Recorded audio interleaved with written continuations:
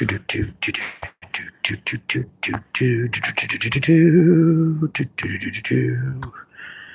right, we're rolling live from the wasteland. This is Freedom Phil, and what's the topic today? Why is ageism a real thing? Because it is. It is. Ageism is a thing in the workforce, whether you want to believe it or not.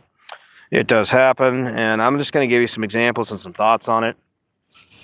Yeah, Freedom Phil, like and subscribe, and hey, turn up the video speed. If I choose to upload this, you should watch it at least at 1.75.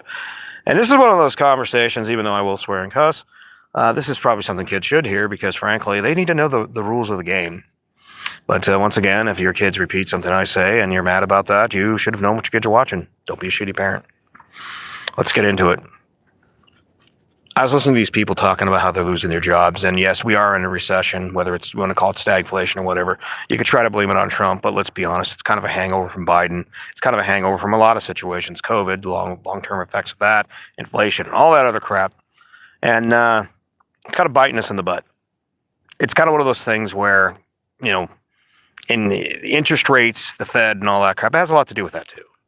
But all the same, a lot of companies are quietly pulling back. They'll post for jobs that they aren't actually hiring for, so they can get a large pool of talent, large pool of young talent. And I know you don't want to hear that, because I would be honest about this. One of the nice things about an older worker is they not only know the older tech that most people don't know in the new age, they know the new tech. You know, and in some cases that actually matters, because, you know, when you come into a job and it has something that isn't brand new, might help. But more and more, a lot of corporations are looking at that and like, well, that's great. You know, you keep a couple legacy guys around, or you subcontract for those guys. We just want young, cheap workers, employees, people that are desperate for money and have lots of bills and lots of problems. And you see this example with the military, for example. Why do they want you to get married? Why do they give you a discount for housing if you get if you get married? Well, why? Because not only that, will you have kids, because kids get you stuck as a guy. You know, well, they'll even set up the situation where if you get divorced, they're basically paying for her attorney and screwing you in the backside as a soldier. Just the same thing with a lot of men. They'll keep you working. That'll keep you working the job. That'll keep you in the force, whatever it is. That's why they want a lot of younger workers.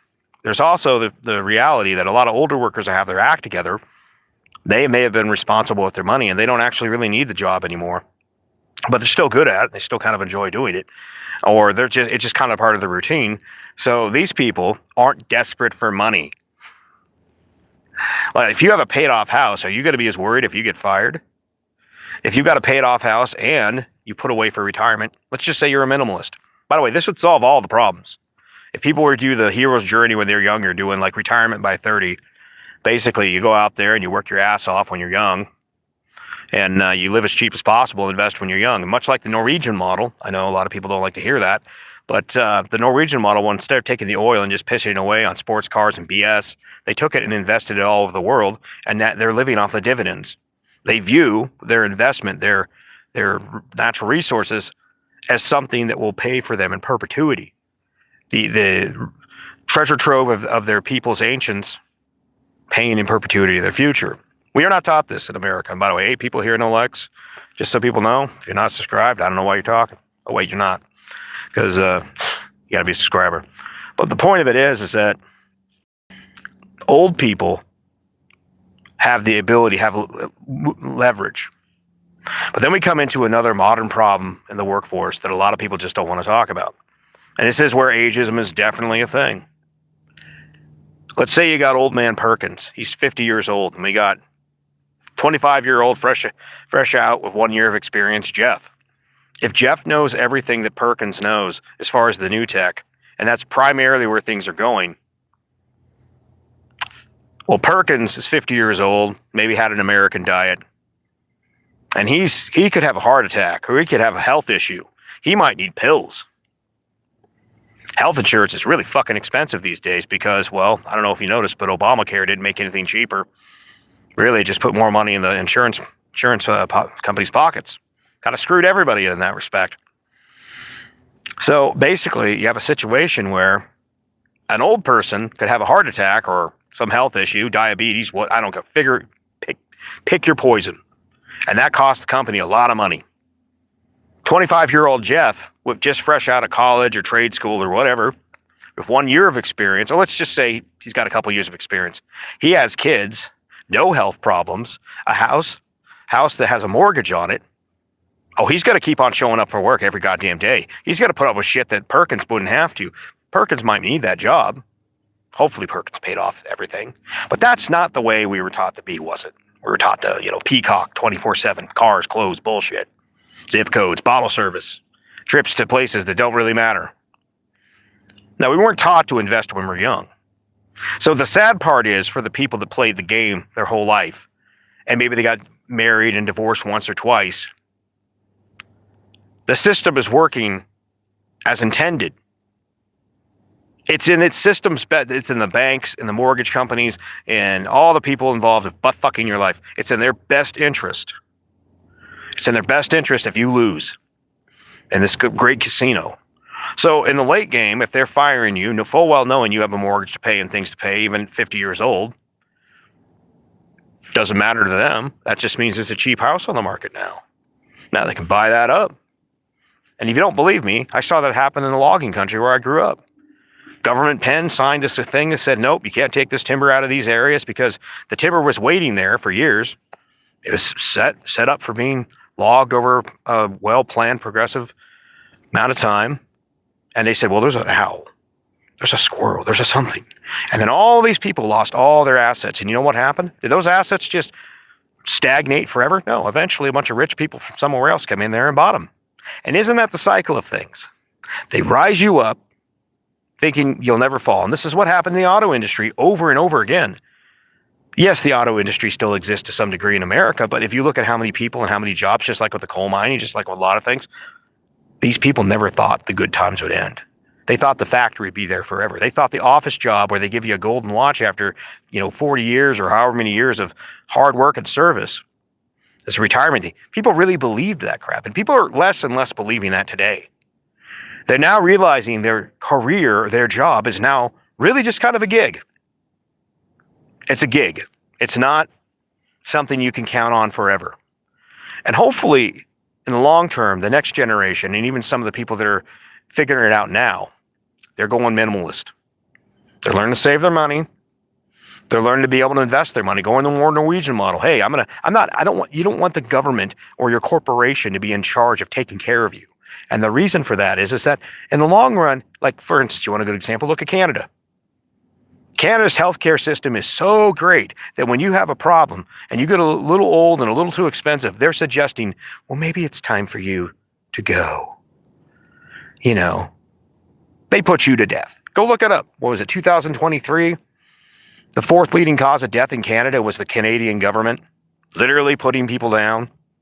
You don't think corporations would do that? See, the corporations and the government, they have this weird bedfellow situation. There's some things that they want to maximize the corporate profits and socialize the cost. Yeah, how many leftists have you heard say that? It's true. And I'm a laid-back libertarian, and I generally can't stand a lot of leftists, but I'm being honest. They want to socialize the problem. So what ends up happening with these situations is that they leave you out to fucking dry. And they're like, well, shit happens. Just like all the loggers that lost their shit back where I grew up. All the people that lost and new rich people came in there and bought it right up. Now, it took a few years when everything was in foreclosure, desperate and all that. And did you not see that back in the day when it came to the recession? It's a cycle. The thing about it is that it can all be avoided. You should never rely on the factory always being there. You can rely off what you build for yourself. A paid off home, even if it's just a chunk of land with an RV, or you build yourself a little tiny home, or maybe you got a full ass house. Go to the Midwest. There's lots of cheap housing. You can rely off what you do for yourself. You collect the dividends of what you do for yourself. You can't rely off these corporations or your government. Because like I said, it's not the government's best. Once you become, you don't believe me? So Canada's putting people to death. What about the U.S. military? The brave, the brightest, the boldest, the Marines or whatever, the Army or whatever it was. How many guys are homeless? What percentage of the homeless are former veterans? How many of these guys go to get VA care and they're just like, yeah, it's kind of a joke to go to the VA. It's better than nothing, but it's damn near nothing. It's not in the system's best interest to take care of you. And I don't know why this message is so hard to understand. Maybe it's because we all want to believe in the fucking fairy tale that we've been told our whole lives. But I think people have been pretty red-pilled about that in most of my generation. At least since somewhere in the 90s. And yet we still cling to it. No, no, no. If you're a good hard worker, things will work out for you. If you structure your life where you save your money and you put away for yourself, yes, things will work better for you because you did for yourself. But if you're relying off your corporation that you work at and if they could get away with never paying you that pension, they would. If the government could get away with leaving you to die on the streets, as long as they could do it quietly and shove you somewhere where most of the voters wouldn't notice, just like the homeless, they would. Don't fool yourselves. Ageism is a real thing. And it's because you're old, you'll cost more in health care. You're old, you might already have yourself well established and paid off. They're young, and they're desperate. Now, the sad part is there's so many sad parts of this. You see these old people that are like my age, 45, I'm 45. People that are 55 or even 60, and they still haven't paid off a fucking house. And you're the people who really should embrace minimalism the most. You should do whatever you can to live as cheap as possible for a short term. So while you're still able to work, you can go and pay cash for something in the Midwest. Because if you're so fucking dim that you think there's always the brighter side. You want to know how things get better? When you start making them better. But if you're waiting for someone to come save you, I'm sorry to tell you. They're just going to cut you just like anybody else. Anyways, Freedom Phil, y'all take it easy. Peace.